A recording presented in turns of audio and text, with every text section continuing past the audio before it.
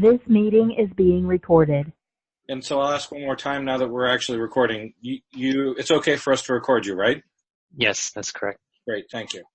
Okay, Denise, thank you so much for taking your time to do this interview with us. So I think Yenny has given you a little bit of information about the project, but I can also give you like a really quick intro so that you understand where we're coming from. So we're doing this study and we're trying to figure out how these different things, objects are created from the game creation process. Right, so at UW iSchool, we worked a lot on how to organize and provide access to video game as like the final published products. But then we also learned that a lot of things are created in the process, like the concept art, the audio, the early builds, the design docs, and all those important documents and artifacts. So what we're trying to do is better understand the process to know what kinds of things are actually created. And also we want to think about what is important about these objects and how do we go about collecting and preserving this. Partly for the sake of the organization's benefit, that if you can find things better, that will improve your work process. But also at the same time, if you think about it from, people who are trying to learn about how games were designed like 10, 20 years afterwards, and they want to know like how did Niantic create Pokemon Go and Ingress, they can look through your materials to try to better learn about the history and the context of that design. So we're thinking about it from both of these perspectives. Does that help? Cool. Yeah, that helps a lot. It's very exciting. Thank you. Then we're going to start by asking you to please tell us about your current role and what kinds of game development artifacts do you mostly work with? Sure.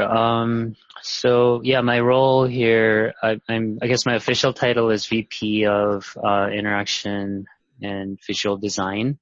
That's a long-winded way of saying I look after art and UX, all things visual basically at the company.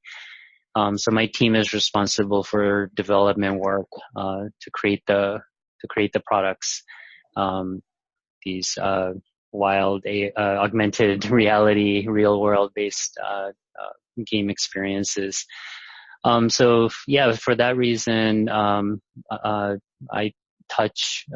approve and review sort of an end-to-end set of assets, all from the very beginning stages of the rough ideation, sketches, wireframes, flow, mocks, and designs, all the way to the final production assets, 2D, 3D, concept art, loading screens, the full spectrum. Excellent.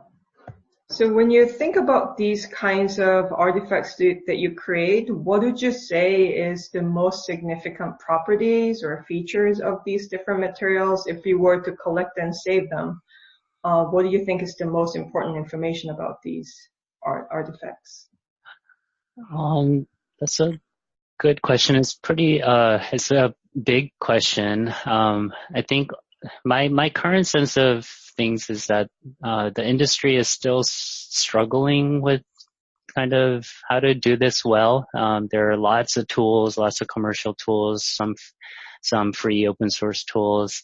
Some focus on the version control aspect of it. Some focus on the metadata aspect of it, and some come from a totally different angle of just ease of use, perhaps at the sacrifice of some of the rigor of other earlier aspects I mentioned. So for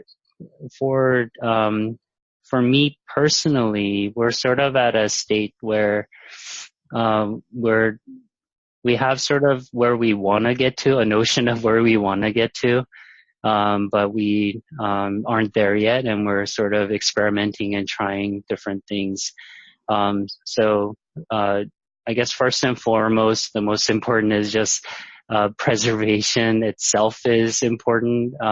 There have been times where our source control system, due to various factors. It failed on us, and there were loss of data, irrecoverable loss of data.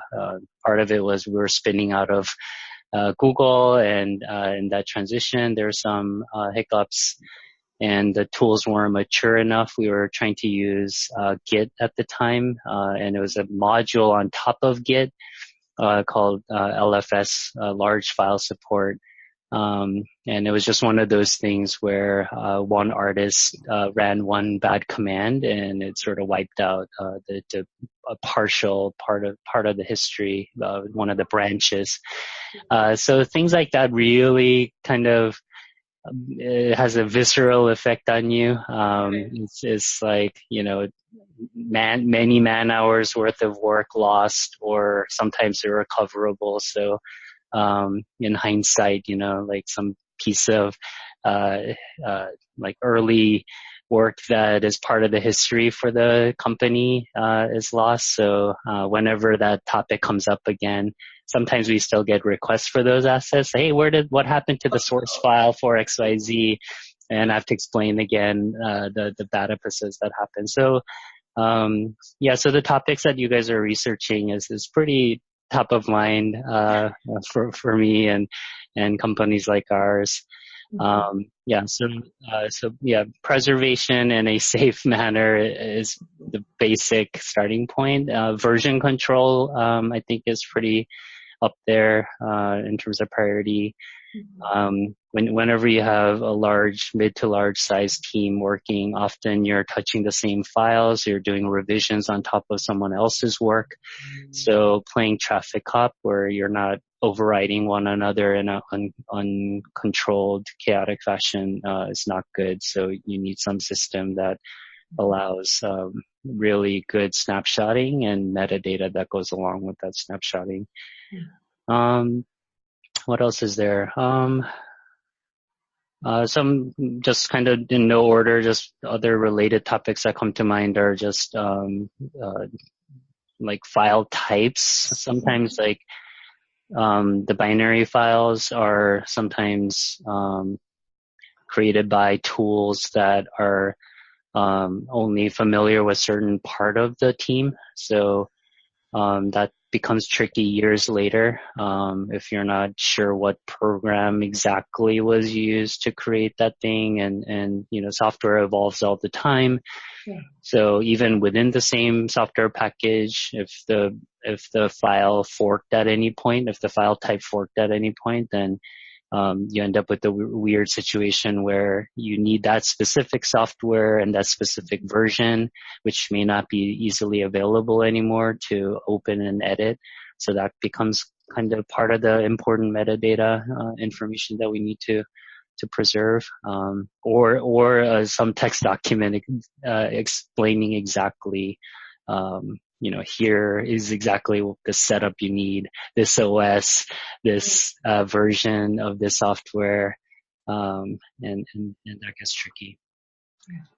So I think what's also really interesting about Niantic and its game is, both Ingress and Pokemon Go are sort of like a always live, living kind of game, correct? Right? So you're always constantly updating and probably tweaking a lot of different parameters.